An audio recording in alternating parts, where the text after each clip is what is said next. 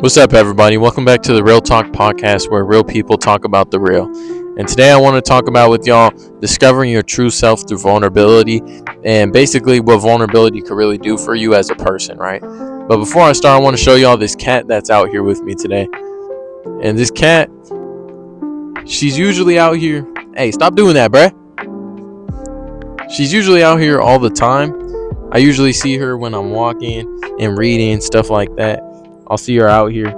But yeah, so I just wanted to show y'all that we're not out here by ourselves today. And I want to say shout out to my friend Julian.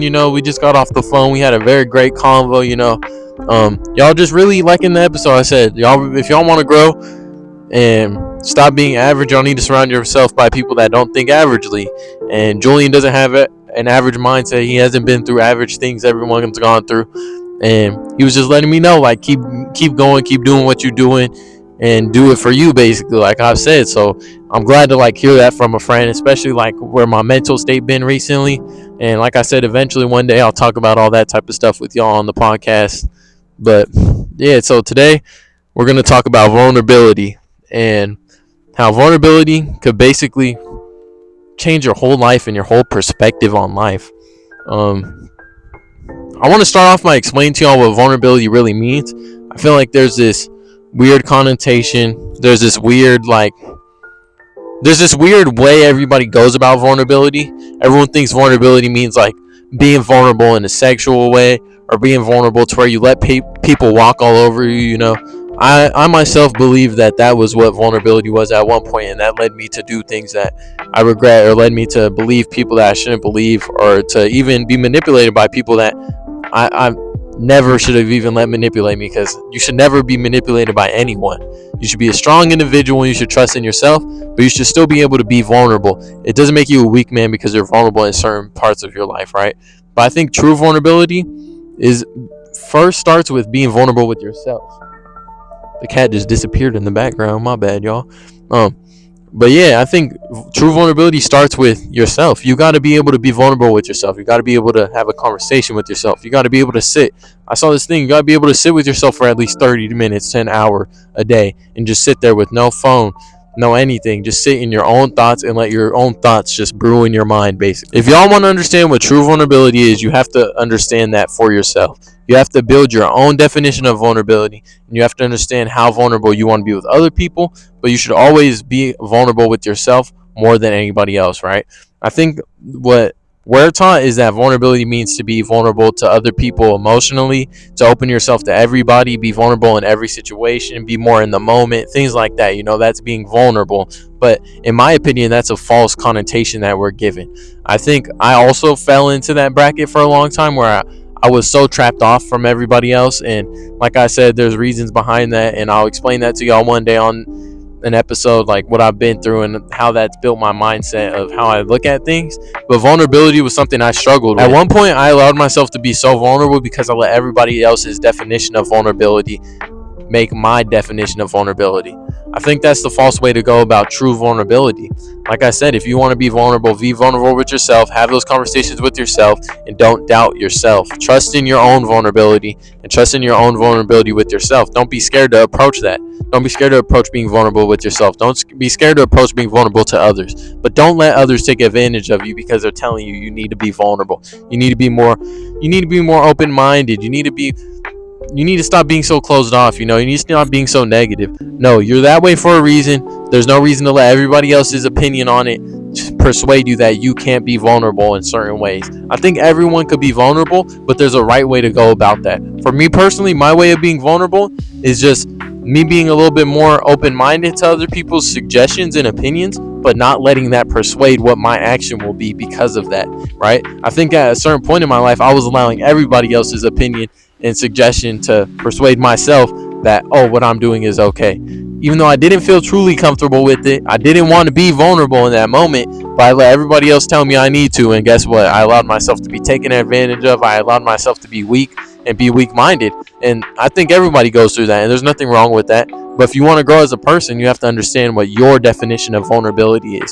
So I'm going to share with y'all what my definition of vulnerability is for my personal self, not just my general definition of vulnerability. For my personal self, I think my vulnerability is Like I said, being more open-minded, being more like accepting people's suggestions more, and trying out those things before I like have a true opinion on it, but also not allowing myself to do things I don't want to do because other people are telling me I should do it, and I'm not being vulnerable if I don't do that, you know?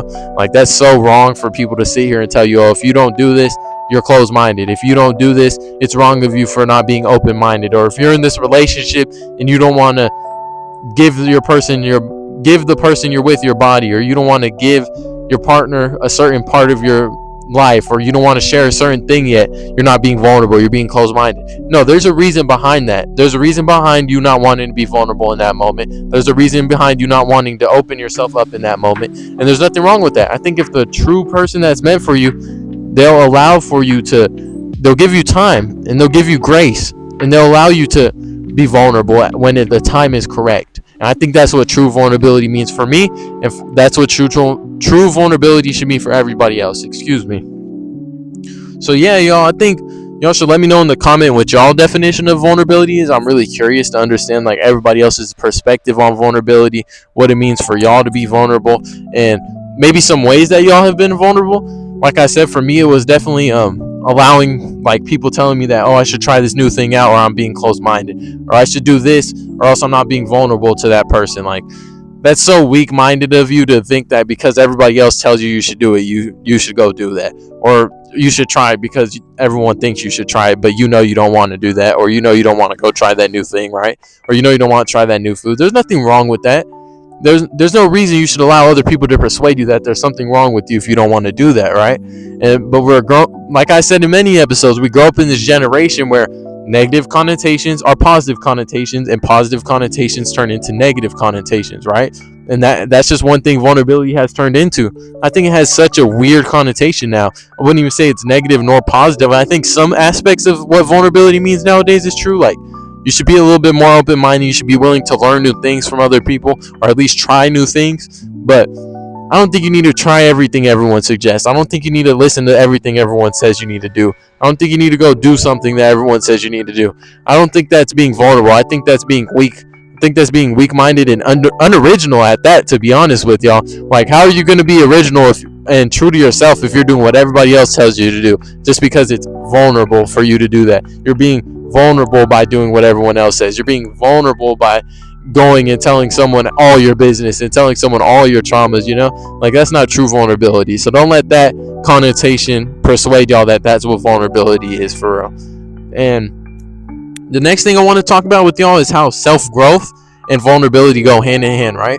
You have to be willing to be vulnerable with yourself enough to where you allow yourself to have conversations that you don't want to have. It's conversations that could be scary, conversations that, you know, might have fear behind them. And, you know, on, I think I don't remember what episode. I think we're on episode 7. This would be episode 7. On episode 8, I'm going to do the Think and Grow Rich book. So on episode 9, I'm going to speak on fear and how fear could be stopping you from your goals, and how fear could be stopping you from where you want to be in life and where you could see your future self, right? So that's something I'll talk about in episode 10, but vulnerability and fear definitely go hand in hand, you know? You might fear being vulnerable to yourself. You might fear having conversations with certain people that you didn't want to conversate about. But guess what? You should allow that to be a learning experience. You should allow your vulnerability to be a learning experience, but don't be overly vulnerable. Don't let people take advantage of you because they convince you that being vulnerable is giving your all to them and giving your traumas to them, you know? Like I said, that's just like a negative connotation that everybody put on vulnerability that no longer needs to be used. It's outdated, and it should have never even been in date in the first place, if we're being real here. So yeah, I think you could really grow as a person by allowing yourself to be vulnerable to people, and I think you'll learn a lot about yourself. You know, it's kind of like a trial and error type of thing, you know. Being vulnerable is definitely weird at times, you know, it might play mind games with you, but at least you'll learn from that. If you're willing to learn as a person, like I said, the person that is unlearning is usually the dumbest person in the room. The person that's learning and willing to learn is usually the smartest person in the room, right? And I'm one of those people that are willing to learn, or already has learned and still is learning about what I have already learned, like basically adding on to what I've learned, if that makes sense. So allow yourself to add on to what you've learned, but don't allow yourself to be taken advantage of or be vulnerable because you want to just seem like you're being vulnerable, right? Which what I mean by don't allow yourself to be fooled by being vulnerable, and by seeming to be vulnerable. That kind of sounds similar, and that kind of might confuse you guys a little bit. But what I mean by that is, don't allow yourself to be vulnerable in the way like, oh, I'm gonna do this because everyone's telling me to do it, because that's me being vulnerable and that's me trying something out and stepping out of my comfort zone, which is vulnerability, right? So I'm gonna go do that, and then I'm gonna be vulnerable in that moment that I'm already being more vulnerable than I usually am. And in that moment, I'm gonna be more vulnerable. So I'm gonna take the extra step to be more vulnerable, and then I'm gonna be more vulnerable. And then guess what? You're gonna regret. Sorry for that cut, y'all. There's a bee hovering over the camera. He just went away. So what I wanted to say was basically, don't allow yourself to be too vulnerable. There's a perfect balance you can have while being vulnerable. I think you should be always vulnerable with yourself more than anybody else. And I think you should allow yourself to be vulnerable so you can learn about yourself, and you can allow yourself to have growth as a human being by being vulnerable with yourself. Meaning having those deep conversations you never wanted to talk about with other people or with yourself. Confronting those feelings you might have in that moment with yourself. Instead of going to everybody else, asking them how you're supposed to feel because you want to be a vulnerable person, you should first have that conversation with yourself, then go out your way to have that conversation with everybody else. Excuse me if y'all hear the bird in this video. There's lots of crows out here today, so I hope that doesn't bother any of y'all, and if it does, I do apologize. And so yeah, I hope the bee isn't blocking me on the camera. If he is, my bad for that too. But hey, that's just nature. We out here in nature, getting these podcasts done. As y'all can tell, we back to the usual bench.